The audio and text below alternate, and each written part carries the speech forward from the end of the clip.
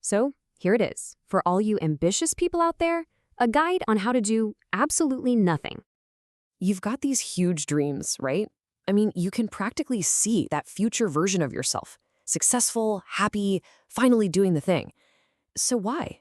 Why did you just waste another entire day? You know exactly the feeling I'm talking about. It's late, you're staring at your screen, and then the guilt just washes over you. Another day, gone. And you make that same old promise to yourself, okay, tomorrow. Tomorrow will be different. But it won't be, will it? I mean, look at this. On one side, there's your ambition. Build the business, write the book, learn the skill. And on the other side, your actual actions, scrolling, binge watching, and that classic, I'll start soon. It feels like you're fighting a battle you just can't win. But what if I told you you're not lazy? What if you're not actually the problem here? Okay, let's get into it. The real reason this is happening is something I call your brain's comfort addiction. And no, this isn't some character flaw. It's biology. It's literally how you're wired.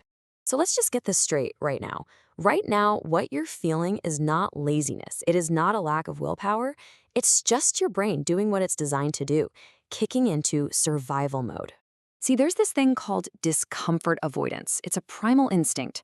So when your brain sees a big, hard, or uncertain task, like starting that business, it doesn't see an opportunity. It sees a threat. It literally perceives it as danger. And its first instinct is to find safety. And right now, safety looks a lot like your phone. And this creates this incredibly powerful, super addictive loop. Here's how it works. 1, you face the hard task. That's the threat. 2, you immediately run to an easy distraction for comfort. 3, your brain rewards you with a little hit of dopamine for choosing safety. You are actively training your own brain to run away from your goals. And here's the crazy trade-off it's making. In the short term, you get comfort, you feel safe. You avoid the possibility of failure right now. But the long-term cost? It's stealing your future happiness. It's reinforcing that guilt you feel every single night. And this sneaky addiction often disguises itself as something else entirely. Which brings us to our next point. We've got to talk about the biggest excuse in the book, the myth of perfectionism. I want you to really let this quote sink in. Perfectionism is not about high standards. It is fear disguised as excellence. You know, all that time you spend researching or waiting for the right moment? It sounds noble, but it's really just a lie, a very convincing lie that's covering up the fact that you're just plain scared. So let's be honest for a second. What is it that you're actually afraid of? Is it failing? Or maybe even worse, is it finding out that you're not as good as you secretly hope you are? Because here's the brutal truth. It is so much easier to live inside the fantasy of your potential than to actually go out and test it in the real world, right? If you never really try, you can never really fail. The dream stays perfect. But what we're not admitting is that doing nothing, well, that's failing by default. So how do we finally break free? We start by embracing a completely different mindset. Let's talk about the incredible power of good enough. First things first, you have to get this straight.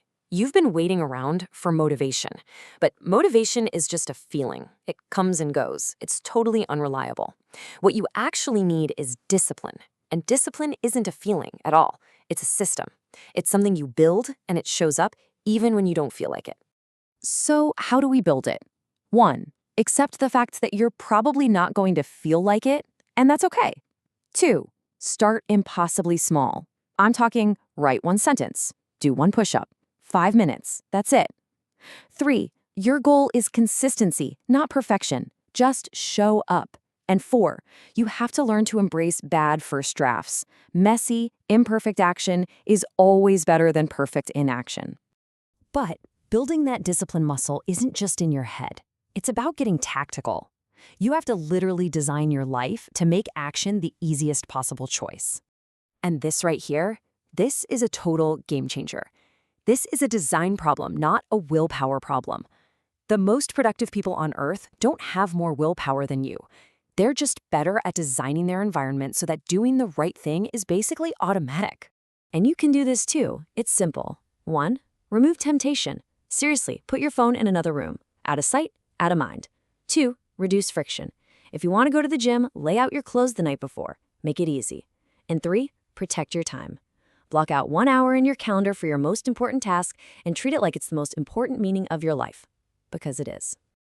And, let's be real. Even watching something like this can be a trap.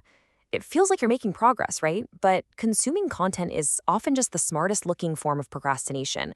You don't need another hack. You don't need more advice. You just need to do the work. Okay, but there's one final piece to this puzzle. It's the thing that keeps this whole vicious cycle spinning, that nagging voice of guilt in your head. It's time to learn how to forgive yourself and then immediately take action. You know that thing you do every night where you just beat yourself up for everything you didn't do? It's not working. Guilt is not a motivator, and shame will not make you a better person. All it really does is kill your energy for the next day, which pretty much guarantees you'll fail again. You have to accept this fundamental truth. Progress is never, ever a straight line. You are going to have bad days. You are going to fall off track. The secret isn't being perfect. The secret is having a bad day and just starting again the next morning. That's it. That's the whole game. Just keep coming back. So let's just end with this question. Forget about tomorrow. Forget the 5-year plan. What is the one small, messy, imperfect thing you can do right now? In the next 5 minutes, close this explainer and just go do that one thing. Because in the end, that's all that ever really mattered.